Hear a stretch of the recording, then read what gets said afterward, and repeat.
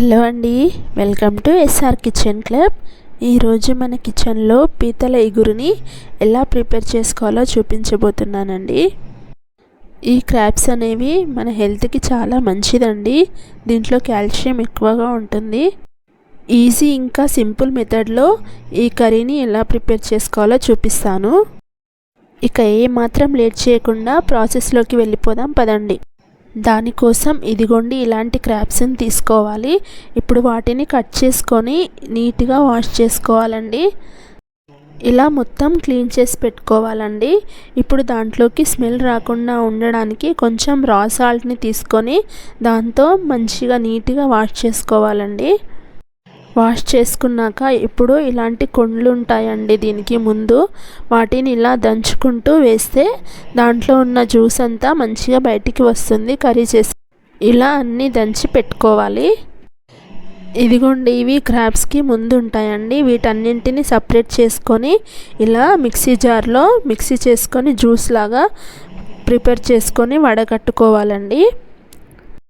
ఇలా చేస్తే ఏంటంటే దాంట్లో ఉన్న జ్యూస్ అంతా మన కర్రీలోకి వచ్చేస్తుంది. ఇప్పుడు ముందుగా ఒక నిమ్మకాయ సైజ్ అంత చింతపండుని తీసుకొని నానబెట్టుకోవాలండి. తర్వాత ఇదిగోండి ఇది శొంఠి ఇంకా మిరియాలండి. ఇవి మనకు సూపర్ మార్కెట్లో దొరుకుతాయి. వీటిని పౌడర్ చేసి పెట్టుకోవాలి. ఇలా మనం ముందు అన్నీ రెడీ చేసి పెట్టుకున్నాక ఇప్పుడు మెయిన్ ప్రాసెస్లోకి వెళ్ళిపోదాం. దానికోసం ముందుగా ఇదిగోండి ఇలాంటి వెడల్పాటి కడాయి తీసుకొని స్టవ్ ఆన్ చేసుకొని ఆయిల్ వేసుకోవాలండి. ఆయిల్ వేడయ్యాక గరం మసాలా, సాజీరా, చెక్క వేసుకోవాలి. అది కూడా మంచిగా ఫ్రై అయ్యాక దాంట్లోకి ఇప్పుడు ఆనియన్స్ని వేసుకోవాలండి. ఇవి మంచిగా ఫ్రై అవ్వాలి. ఇవి మంచిగా రెడ్డిష్ కలర్లో వచ్చాక ఇప్పుడు దాంట్లోకి అల్లం వెల్లుల్లి పేస్ట్ని వేసుకోవాలండి. ఇది పచ్చి వాసన పోయేంత వరకు మంచిగా ఫ్రై చేసుకోవాలండి.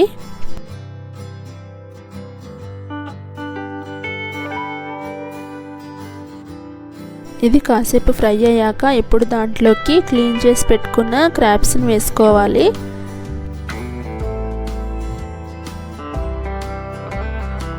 మొత్తం వేసుకున్నాక ఇప్పుడు వాటిని మంచిగా కలుపుకోవాలి. ఇప్పుడు దాంట్లోకి 2 స్పూన్స్ వరకు పసుపును వేసుకోవాలి. ఇప్పుడు మళ్ళొకసారి మంచిగా కలిపేసుకోవాలండి.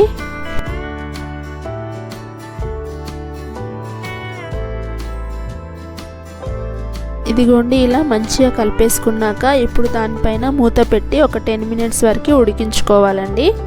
10 మినిట్స్ తర్వాత మూత తీసి మళ్ళీ ఒకసారి కలుపుకోవాలి. ఇప్పుడు దాంట్లోకి 2 స్పూన్స్ వరకు కారం వేసుకోవాలి.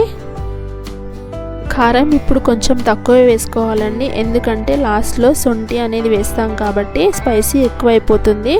అందుకే కొంచెం తక్కువే వేసుకోవాలి. తర్వాత సాల్ట్ని వేసుకొని మంచిగా కలిపేసుకోవాలండి.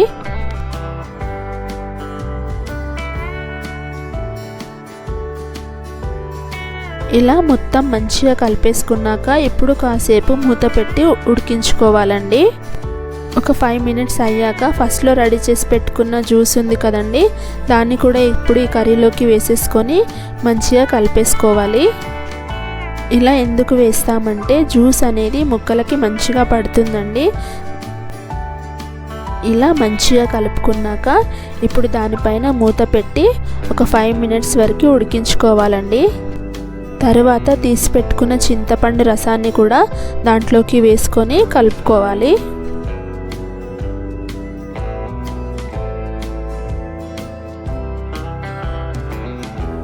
ఇలా కాసేపు మంచిగా ఉడికిన తర్వాత ఇప్పుడు దాంట్లోకి రెడీ చేసి పెట్టుకున్న శొంఠి మిరియాల పౌడర్ని వేయాలండి.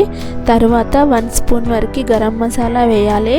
తర్వాత 1 స్పూన్ వరకు ధనియా పౌడర్ని కూడా వేసుకొని మంచిగా కలిపేసుకోవాలండి.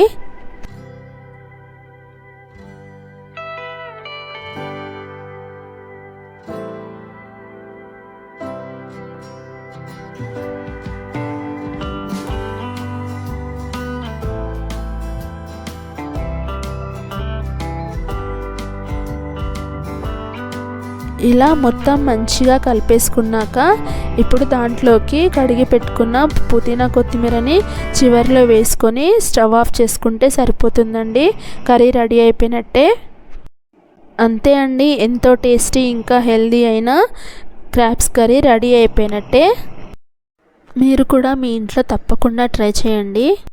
ప్రాసెస్ నచ్చిందా అండి? నచ్చితే వెంటనే లైక్ చేసి కామెంట్ చేసేయండి, షేర్ చేయండి. మరిన్ని ఇలాంటి వీడియోస్ కోసం మన ఛానల్ని సబ్స్క్రైబ్